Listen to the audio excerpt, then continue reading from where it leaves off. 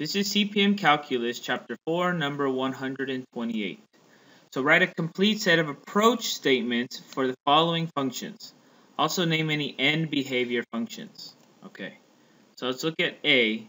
Here's our function, right? Approach statements. So remember, approach statements means as x approaches, right, some value. So when we're looking at the complete set of approach statements, means we're going to look at as x approaches negative infinity, as x approaches positive infinity, and any vertical asymptotes. Well, we can see the denominator is going to become 0 when x is 2. So as x approaches 2 from the left, and as x approaches 2 from the right. Okay? So these are the approach statements we want for this function, and then end behavior we also want to look at. Okay, so as x approaches negative infinity, what happens to our function? Alright, so this question you can graph it and look, or you can do it algebraically. So let's do it algebraically. So as x approaches negative infinity, what happens to f of x? So we want to say what f of x approaches. So as x approaches negative infinity, we can think about this as negative infinity squared, right? So that's going to be a big positive number minus 2 times a big negative number is going to make another positive number, right? Minus 3, some constant, divided by negative infinity minus 2. So that's going to be a big positive number in the numerator divided by a big negative number in the denominator. So positive divided by negative, with this one growing exponentially bigger because it's squared, is going to make this be a negative infinity, right? Negative infinity. Alright, so let's look as x approaches infinity.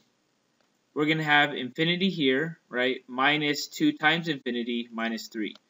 This infinity is going to be the biggest because it's squared, right? So it's going to overpower these terms. So we're going to have infinity squared is going to be a big positive number divided by infinity in the denominator that overpowers negative 2, right? So it's going to be a positive divided by a positive, and it's going to be a bigger infinity over a smaller infinity, right? Because if you go ahead and divide these, it's just x. And so that's going to give us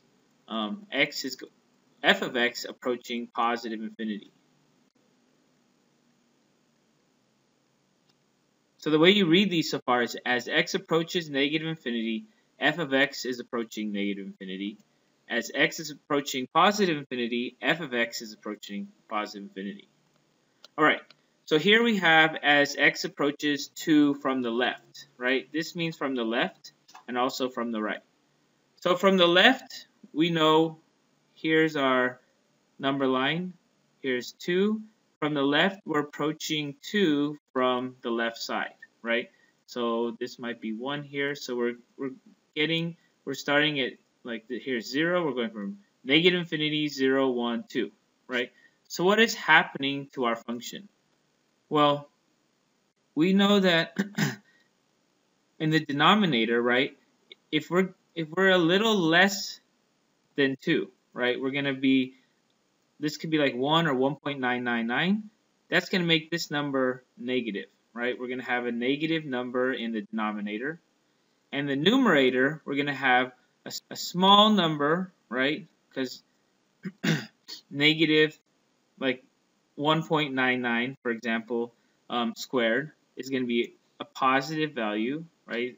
Let's say it's going to be, since 2 squared is 4, we know it's going to be a positive number less than 4 times, and then we're going to add in negative 2 times x, so that's going to be plus 2 times our value, so that's going to be a negative value, right? And it's also going to be less than 4 minus 3, right? So that's going to give us a positive value less than 4, a negative value less than 4. These are going to be close to each other and going to pretty much cancel out. And then we have minus 3. So we're going to get basically negative 3 in the numerator, right, over small negative number. A negative divided by a negative is going to be a positive. And this is going to be so small in the bottom that a constant divided by such a small, tiny number is going to be infinity. Okay? So we're going to go ahead and graph it after to check this out. But that's basically the logic here, is that as x approaches 2 from the right, f of x is approaching infinity. Let's even specify positive infinity. All right. Now, it might help looking at as x approaches 2 from the right. So now I'm going to change the color. We're going to approach 2 from the right side. So this is the right side coming in at 2. So the numbers, this is like 3 here, 4. So we're coming from positive infinity on the right and coming toward 2, right? So as we get closer and closer to 2, like 2, very close to 2 is going to be like 2.1, right? Even closer is like 2.00001, right? Very close to 2. So the number in the denominator is going to be 2.0001 minus 2 is going to be a very, very small positive number. So positive small, right? Very, very small. In the numerator, we're going to have our value squared, and it's going to be 2.001 squared. So it's going to be a positive number a little greater than 4, right?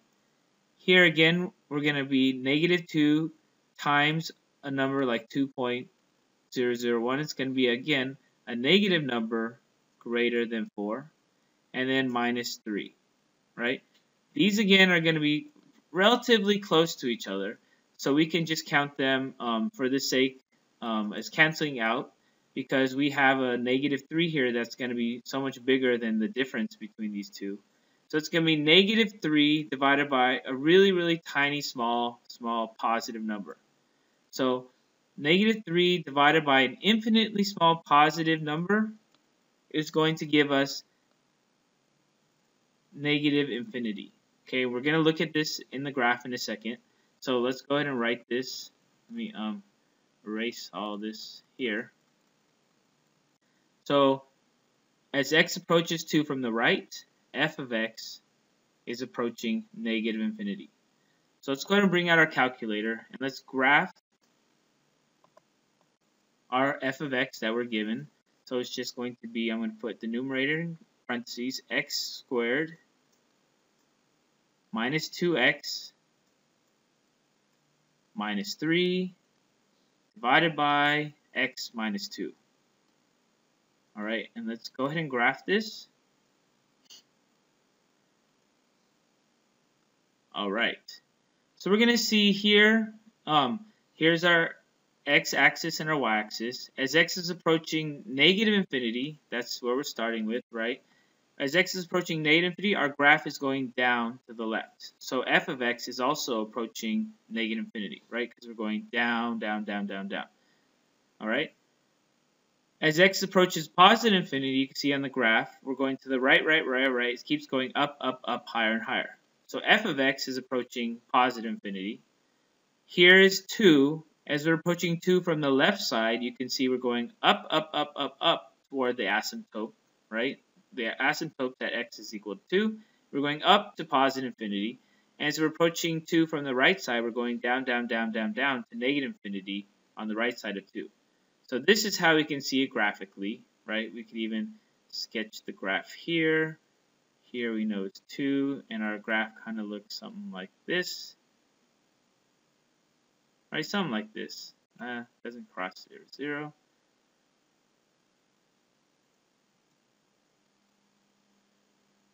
Right? I can put away the calculator. And you can see this is the graph of f of x, something like this. And it shows these properties. Okay?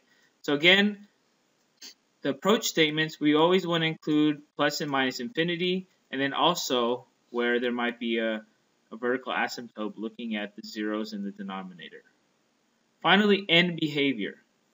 End behavior is going to be a function. And so what we can do here is basically look at our function. We have x squared minus 2x minus 3 over x minus 2. We can see in the graph, right, as we go to the left and we go to the right, the end behavior is kind of looking at where x is approaching positive and negative infinity here. Okay, so we know that our graph of f of x is also approaching negative infinity and positive infinity. But is there a function that it is approaching infinity, negative infinity here, and positive infinity here by? So when we look at f of x, right, so here's f of x, we can go ahead and change this into an expression plus a rational by dividing x minus 2 into our numerator. So let's go ahead and put x minus 2 divided into x squared minus 2x minus 3 and do polynomial division. So x goes into x squared. How many x's? Just one x, right? And then you go ahead and do it like you do long division. X times x minus 2 is going to be x squared minus 2x, right? Because you're going to multiply x by x and x by negative 2. Then you put this in parentheses and subtract, right? When you subtract this, x squared minus x squared cancel out. Negative 2x and, see, this becomes distributed. Negative 2x and positive 2x cancel out. And you're left with just negative 3. So this is going to be x plus negative 3 over x minus 2. Right? So this is one way to write it. So here I can write this expression of our function is equal to x plus negative 3 over x minus 2. Right? I can rewrite it like this. Well, the end behavior is basically looking at, well, what happens as x goes to infinity or negative infinity? Well, we know this part of the graph, right? End behavior then, as x is approaching plus and minus infinity. This is the end behavior.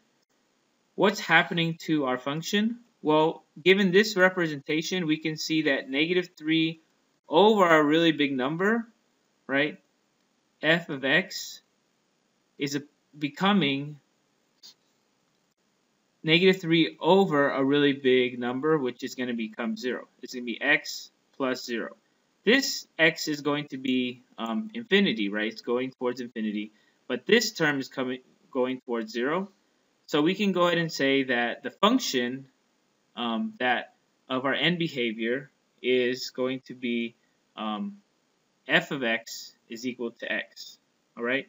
We can even write the end behavior function as y is equal to x. It doesn't really matter how we're naming it necessarily. It's not the same function anymore, but the end behavior here is y is equal to x because we see the nature of this term approaching 0. All right? So here are the approach statements for part A, and here is the end behavior. Okay? So let's go on to part B. Part B, we have a function cosine of x over x. So again, the approach statement we want to look as x, not xx, but as x approaches negative infinity, as x approaches positive infinity, what happens to our function, right? And also, where the denominator is 0 is where we have a vertical asymptote. So as x approaches 0, right? Because if 0 is in the denominator, that's a vertical asymptote. From the left, what happens to f of x? And as x approaches 0 from the right, what happens to f of x? All right? So let's go ahead and look at this algebraically. Cosine we know just is a sinusoid that goes up and down forever and ever, left and right, right? So what happens as x approaches negative infinity? Well, cosine is going like this, up and down forever, while in the denominator, we're approaching a really, really big negative number, right? So this number on top, cosine of x, is always between negative 1 and 1. So even though it's going between negative 1 and 1, because that number is so small in comparison with the number in the denominator, it's going to be a rotating number in the numerator between negative and 1 to 1 over infinity, right? And this, even though it's not a constant, right, it's rotating between negative 1 and 1, but because it's so small, that's equal to 0. Okay? So let's go ahead and erase this, and let's talk about as x approaches positive infinity. Well, similarly, as x approaches positive infinity, right, we're still going up and down in the numerator. In the denominator, we're having a really, really big positive number. So some value that's small in the numerator between -1 and 1 divided by a huge, huge big number is approaching 0 as well. Okay? So far as x approaches negative infinity, we have 0 here. And as x approaches positive infinity, we also have 0. Okay? So now let's look as x approaches 0 from the left. Okay? So as x approaches 0 from the left, what do we have? Well, cosine, again, looks like this, right? So our numerator, we're getting a number, as x is approaching 0, we're having a number very, very, very close to positive 1, right? So we're having like 0.9999999 as the y value in the numerator. In the denominator, we're having a value that's very, very small. So it's going to be like 0.9999999 repeating over 0.000000 repeating 1 there, right? That's going to be as we're approaching 0 from the left. Sorry. Let me go ahead and correct this. This is, in the denominator, as we're approaching 0 from the left, this is going to be negative, right? Because cosine of this value is positive in the numerator, but as we're approaching 0 from the left, we have a negative in front of our denominator. So this is just going to be 0.99999 divided by negative 0.00001, right? That's as x is approaching 0 from the left. And that is basically looking at some number greater than 0 divided by a number way so tiny that it's so minuscule it doesn't matter, right? So that's going to be approaching negative infinity, right? Because positive divided by negative makes it a negative value. And infinity, because we have 0.99999 divided by 0.00000, infinite number of zeros, and then 1. So this is negative infinity here, okay? As x is approaching 0 from the right. So let's go ahead and look at as x is approaching 0 from the right, the numerator, again, is going to be so close to 1 right there because we know this value is 1, right? So it's going to be positive 0.99999 repeating. In the denominator, right, we're going to have a positive 0.0000 repeating, then a 1. So just like this was negative infinity, this one's going to be positive infinity. Okay? So here we can go ahead and write, as x approaches 0 from the right, f of x is equal to positive infinity. Okay? So those are the approach statements. Finally, we want end behavior. Okay? What is the function of f of x looking like as x approaches plus and minus infinity, right? What happens to our function f of x? Well, this one we can't really separate like we did in part A, right? We can't go ahead and look at, well, is this going to be some term of x plus some rational expression? No. We have cosine of x, which is just oscillating up and down, up and down, up and down, divided by x. So no matter what, as we're getting bigger and bigger with our x, we're approaching 0, right? As we saw in these approach statements, as x is approaching negative infinity and positive infinity, f of x is approaching 0. So the function really is it's approaching 0. Okay? So let's go ahead and look at the graph. So look at our calculator. Let's go ahead and graph cosine of x divided by x and graph it. Right? Let me go ahead and zoom standard if it's not already. It is. So it's hard to see there, but we'll zoom in to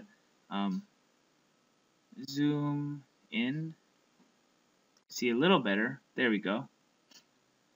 Alright, so let's go ahead and look at the approach statement. As x is approaching negative infinity, right, f of x, let me zoom out, we saw it was approaching 0. Definitely was approaching 0, right? So let's zoom out again so we can see that. Zoom, it's just standard. So we can see that it's getting closer and closer to the x-axis here and here too. Likewise, as x is approaching 0, we have from the left side, the function is going down toward negative infinity, and from the right side, as we're approaching 0, it's going up towards positive infinity, right? The end behavior function, well, this, as we approach negative infinity, it's just approaching the line y is equal to 0, and as x approaches positive infinity, we're also approaching the line y is equal to 0, which can be written as f of x equals to 0, or y is equal to 0. Same thing. Okay? So that's graphically understanding what we did algebraically. And that's going to end for us CPM Calculus Chapter 4, number 128.